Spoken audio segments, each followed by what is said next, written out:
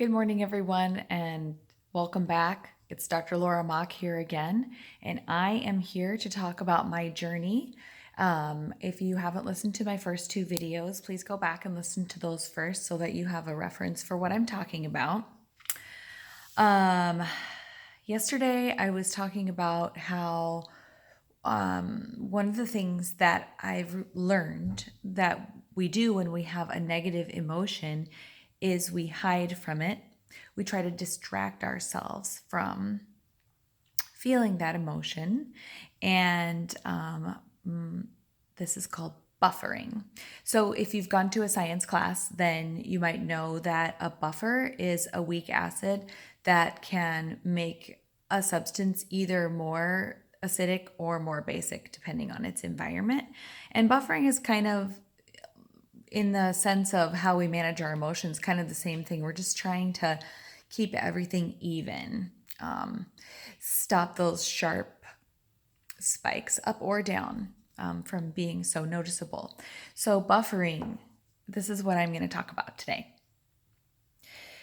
So we are afraid in our society of negative feelings. We are completely hedonistic in our society, meaning we are just used to seeking pleasure. And honestly, have any humans ever lived in a more comfortable place where we have our food and we have our homes and our vehicles?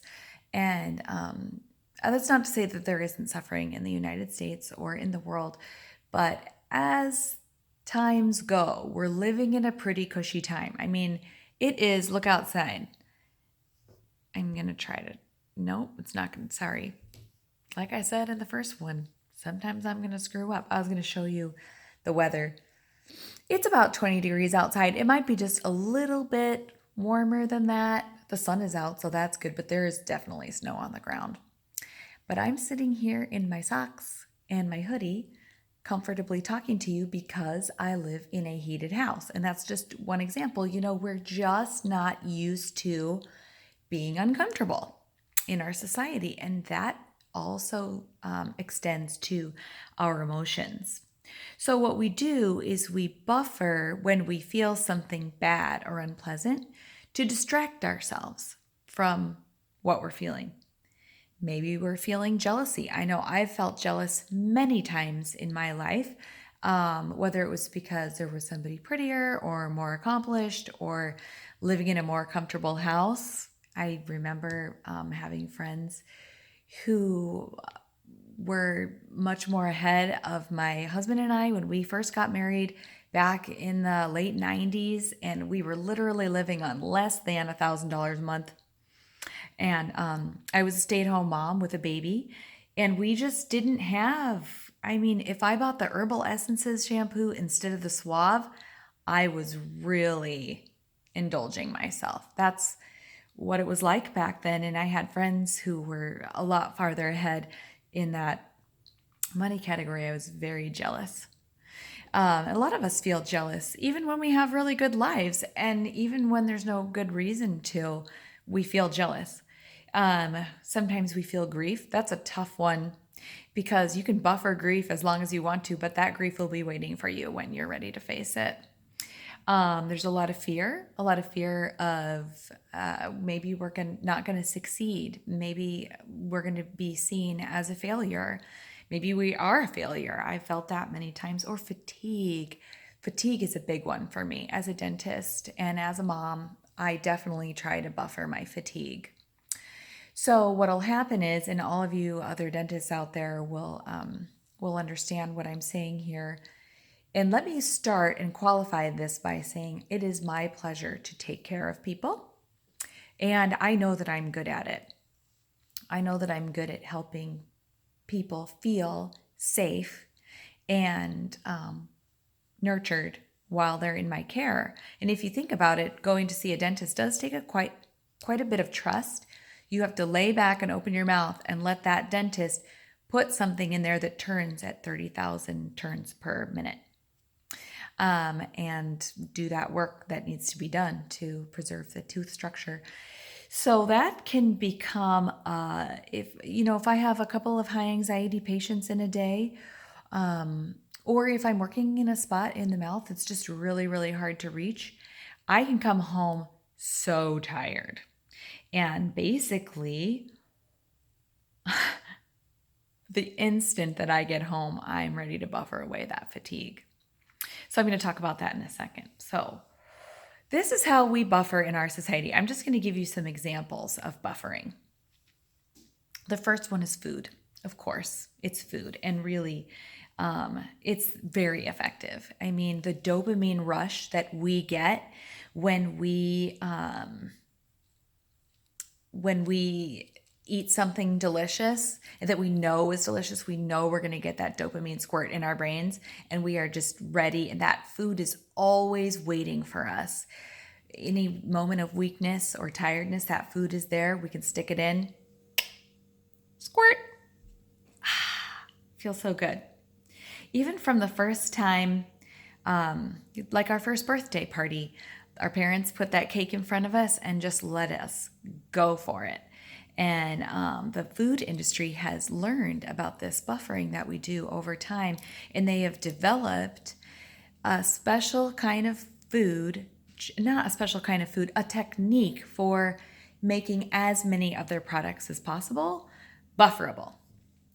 So this technique or principle is called the bliss point. Have you heard of this before? I'm going to read you the definition. This is from Wikipedia.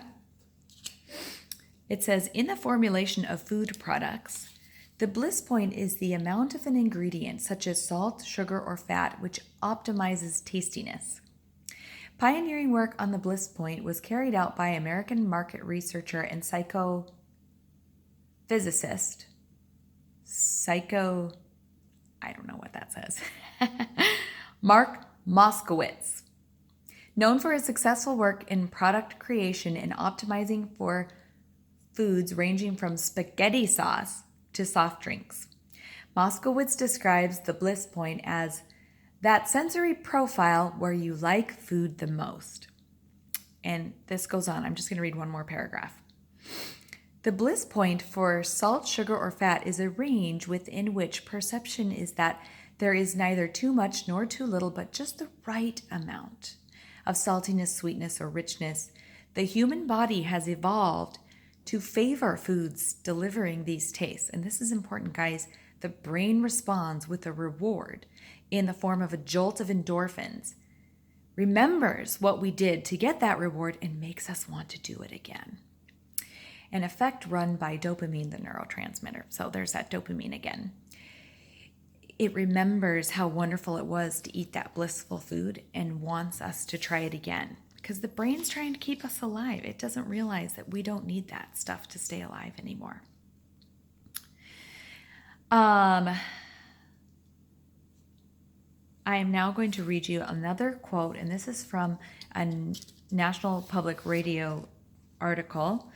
It was an interview with a guy named Michael Moss, who is an author and a reporter for the New York Times, and he wrote Salt, Sugar, Fat, which is a book about the food industry and how they go for this bliss point stuff.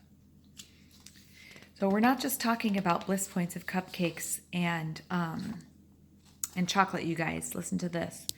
The food companies have marched around the grocery store adding sweetness, engineering bliss points to products that didn't used to be sweet. So now bread has added sugar and a bliss point for sweetness. Yogurt can be as sweet as ice cream for some brands, and pasta sauce. My gosh, there are some brands with the equivalent of sugar from a couple of Oreo cookies in a 1/2 cup serving. And again, that's Michael Moss, just in case you're interested. That is a really interesting book. I've skimmed it. I haven't read the entire thing. So when we're talking about buffering, the food industry has got our back. They are ready to help us. The only thing is that what they want to do is sell us more food for next time. They don't necessarily want to make sure that we don't have heart disease or emotional eating problems. When we are eating a natural or a whole food, we can still get a hit of dopamine. It's just not as intense because our body isn't designed to react to some blueberries in the same way that it would a super sugary frosted cupcake. Here is another way we buffer in our society: alcohol. For us gals, this usually means I'm home, where's the wine? You know, when I was talking about those days of fatigue that I've had in the past. Well, anytime I go to work, I come home, I might be really super tired. And I am telling you, I cannot suck that first glass of wine down fast enough. When I am in that buffer zone, I'm like, I want to stop feeling this fatigue. Let's do, what's the fastest way to stop feeling it? A glass of wine. So here are a couple of other things that we do to buffer. We shop. You know, maybe it's that new purse or that new pair of shoes, a new top. We Facebook, Instagram, and Snapchat. I was wondering when I was making this list, what about cat videos? Does cat videos count as buffering? What do you guys think? I'm gonna guess no, because that's nature. We binge on Netflix. We gossip. Marital affairs. What else can you think of? How do you guys buffer? I'd love to hear it. And, you know, it's a great opportunity for you to think for yourself about what you're doing to buffer. So I am going to make another video sometime soon, and I'm going to talk about, okay, so I'm buffering. Can I just keep buffering? Is it really that bad? And what could I do instead if I didn't want to buffer anymore? And I'll talk about that in my next video, which I am going to make today. So if you're really excited and you're like my one subscriber, hold on to your hats because it's coming up next.